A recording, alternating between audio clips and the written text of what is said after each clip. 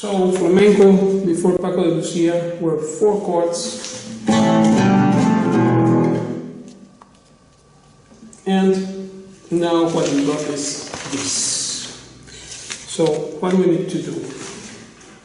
We need to feed these children and use them for composing music. So one thing is that we pick this page and then make photocopies of this, and every day you do 2 or 3 or at least 1 of these, writing at the right side the chord which corresponds to the key that I put here first, and you chronometer. So you put the chronometer there, and I did 5 minutes to answer, or 3 minutes, I don't know, because when you talk about any particular key, this picture has to appear in your mind all directly. Otherwise flamenco nowadays becoming very sophisticated.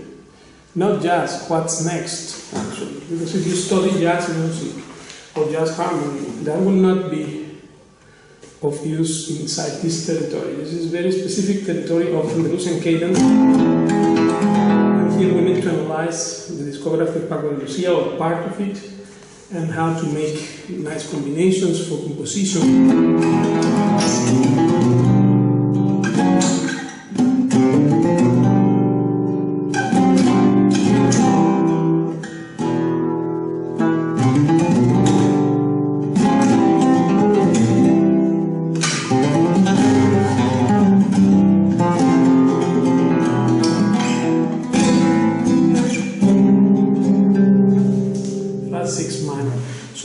All these chords, and now let's proceed to the last 4 of them, remembering that these 2 auxiliar fifth to the natural second and substitute dominant fifth of the natural second as well. We will not talk about them because these were already listed here as substitute dominant fifth of the flat 6, G flat 7, and this auxiliar dominant fifth of the natural second. will be F sharp 7 in this key, is enharmonic of this substitute fifth of the flat 6, so we don't consider this as a new chord. Neither we consider as a new chord the substitute dominant fifth of the natural second, in this case C7, because the C7 we also talk about in the first 10 videos of this series as the auxiliary dominant fifth of the flat 6. Remember, we are just in A minor, one key, we are not modulating anywhere. This is the wow aspect of all these things. So here we have a second minor, because remember that in this chart previously we also talked about the natural second minor 7 flat 5 as a substitute of the flat 6 to go to the fifth 7 flat 9. So in a way that it will sound like this. So it will sound natural second minor 7 flat 5 and then fifth 7 flat 9. Right? This is one use. Of course, you can use it in many other ways. You could go from here to a flat third major 7 with 11 augmented, and then to a natural 7 major 7 flat 9, or to any other combination. But some of these mainly extraordinary chords we find here could be linked, could be going towards the fifth 7 flat 9, our most important chord. And don't forget to understand the function of these other 4 kinds of fifths, along with the fifth minor, a substitute of the main degree flat 7 that we took in the first 10 videos. Okay, so let's move to the last 4 chords to complete these 53 chords. And then we have the natural second minor.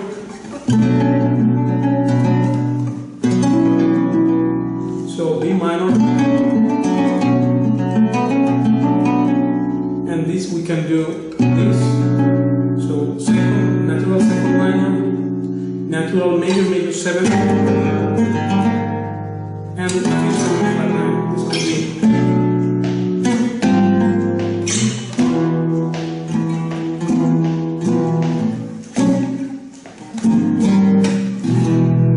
be things like that, to just linking it along with more chords like second minor, flat 7 minor,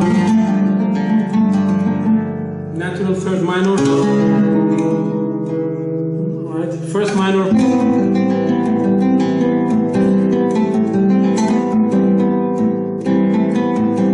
substitute fifth of the flat second, and then second natural minor 7 flat 5,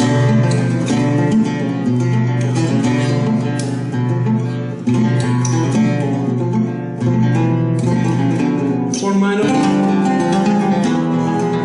fifth 7 flat 9, these kind of things. So here we have, although this is not the minor 7 flat 5, but the second diminished, B diminished. Remember, this can move using also, many ways, 4 ways. Easiest getting those, any of its notes uses the leading tone to a different chord, to the dominant major or minor, and then therefore this means that this natural second diminished can move to the flat third minor, look, or can move also to the natural sixth minor.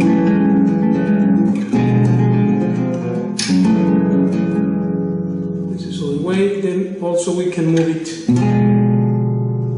of course, to the first major, or we can move as well to the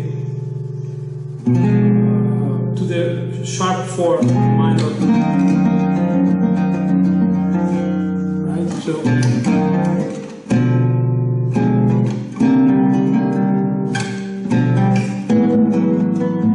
all these things. Then we have the natural second major major 7th, so we have this 4 minor, Other ways could be second major, major 7, flat 3rd minor, 7 flat 5.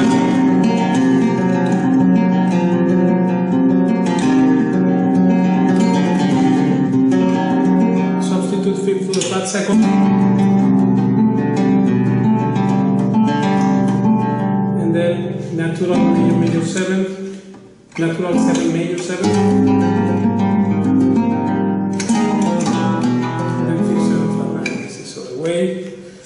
That's one more. I can give you 2 or 3 examples so it will become very voluminous. So we have major, major 7, second, natural second major 7, and then we have flat 7 minor, or 4 major,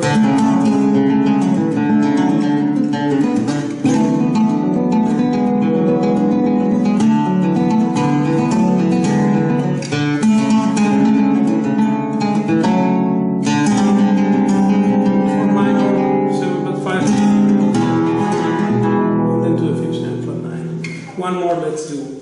So we have the natural second major, major 7, the flat 6 minor, to the first major, major 7, 4 augmented, to the natural 7 diminished, and then 4 minor.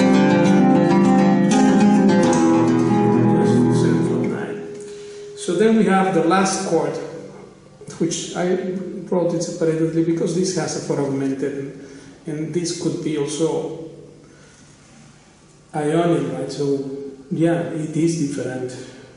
Like for instance, Paco use the ionic mode only in very special places, and not just anywhere. Remember that this you need to also understand which scales may be used with these chords and why. That again, just as the real understanding of this stuff, you cannot learn this by watching videos. If you are interested in this, send me an email and I will explain you everything in Skype directly to you personally. What you can grasp and how you will grasp it, and I make sure that you have command of these materials, which are useful for ear training, for analysis, for composition, and for what not. To understand the language of music instead of keep repeating like a parrot statements made by others, which means the parroting of falsetto playing without any purpose besides making some sounds there, but not understanding of how this works actually. So, because this is the real value of falsetto playing. For example, this is the first minor, and I could use a substitute.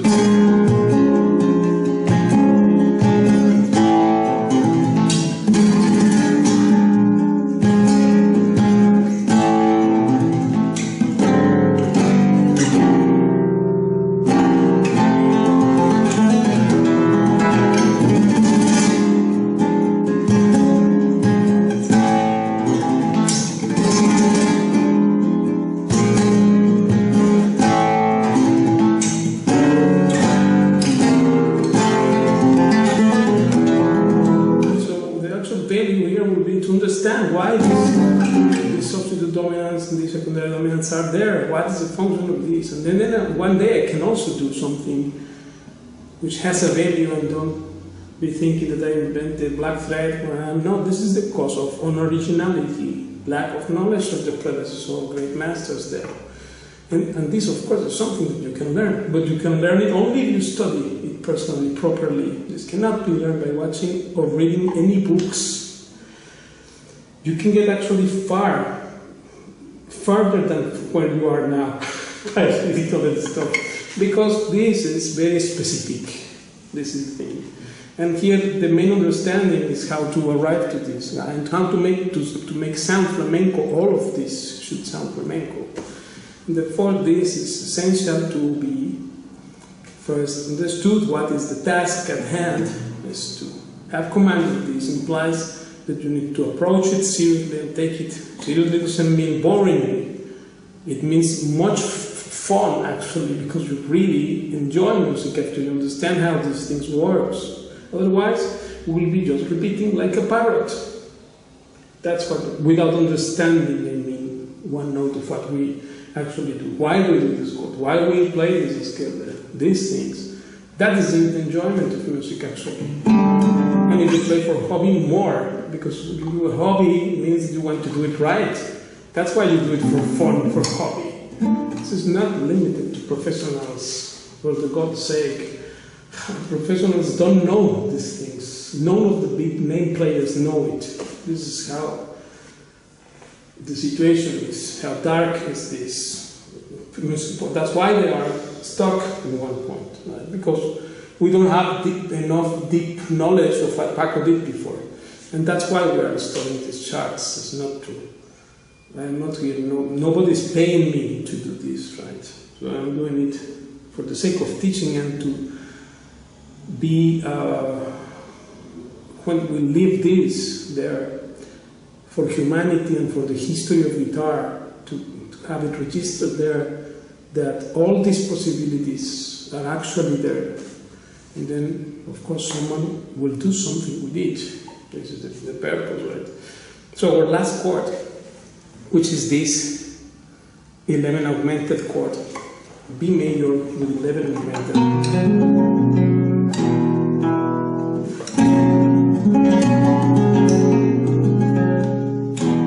How would it be if I play this natural second major, major 7, 11 augmented, followed by the natural 7 major, and then to this.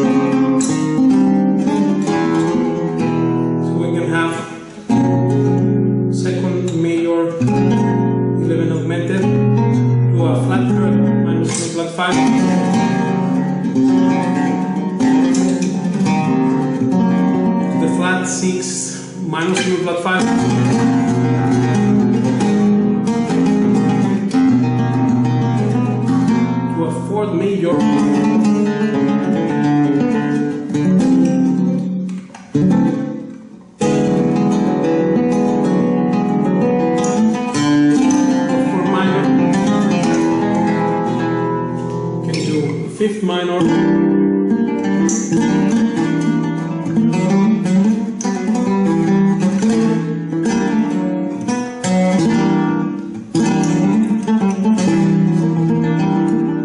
to a second minor, to a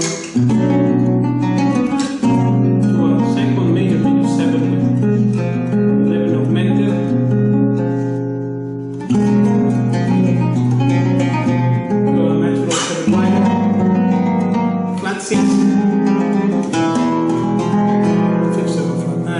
All we could do, let's do the last one here of the course, is natural second major, major 7 with 11 augmented,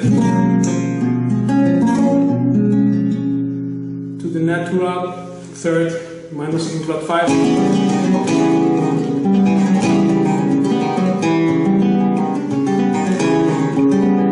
to the flat second major, major 7, the flat 7 minor, and then flat 6, 4 minor, minor 7 flat 5, sharp 4 major, major 7 13, and 5th. These are just some examples, and I hope that this thing will be very inspiring for you and bring you in no time to the next level. Of course you can do it. I will make sure you can. And if you're interested in learning this really well, along with the scales you can use, and much fun even is to know which scales to use to create patterns, to improvise, etc. Just send me an email, and I will make sure that you get this really, really well. Thanks, and I see you next time. Me ayudó porque descubrí ahí la improvisación. La improvisación es algo que yo pienso que cada músico del estilo que sea, del clásico, del flamenco, de cualquier otra música, debería aprender, porque la improvisación te da mucha libertad y a la vez te da mucho conocimiento de dónde estás tocando, de cómo estás tocando, de qué armonías están en cada momento, ¿no? Muy bien. Pablo. Sí, Paco, ¿qué es para usted la música popular y qué es la música elitista? Yo creo que la música elitista es el refinamiento de la música popular. Por ejemplo, el flamenco. El flamenco originalmente es una música popular, una música del pueblo de Andalucía. Pero creo que ya no le pertenece más al pueblo, porque de pronto habemos gente que nos hemos pasado toda una vida encerrados, puliendo esa expresión popular. Entonces ha llegado a un nivel en el que el pueblo ya no tiene acceso, sobre todo a los matices que vamos consiguiendo la gente como yo, que nos pasamos muchas horas elaborando esa música.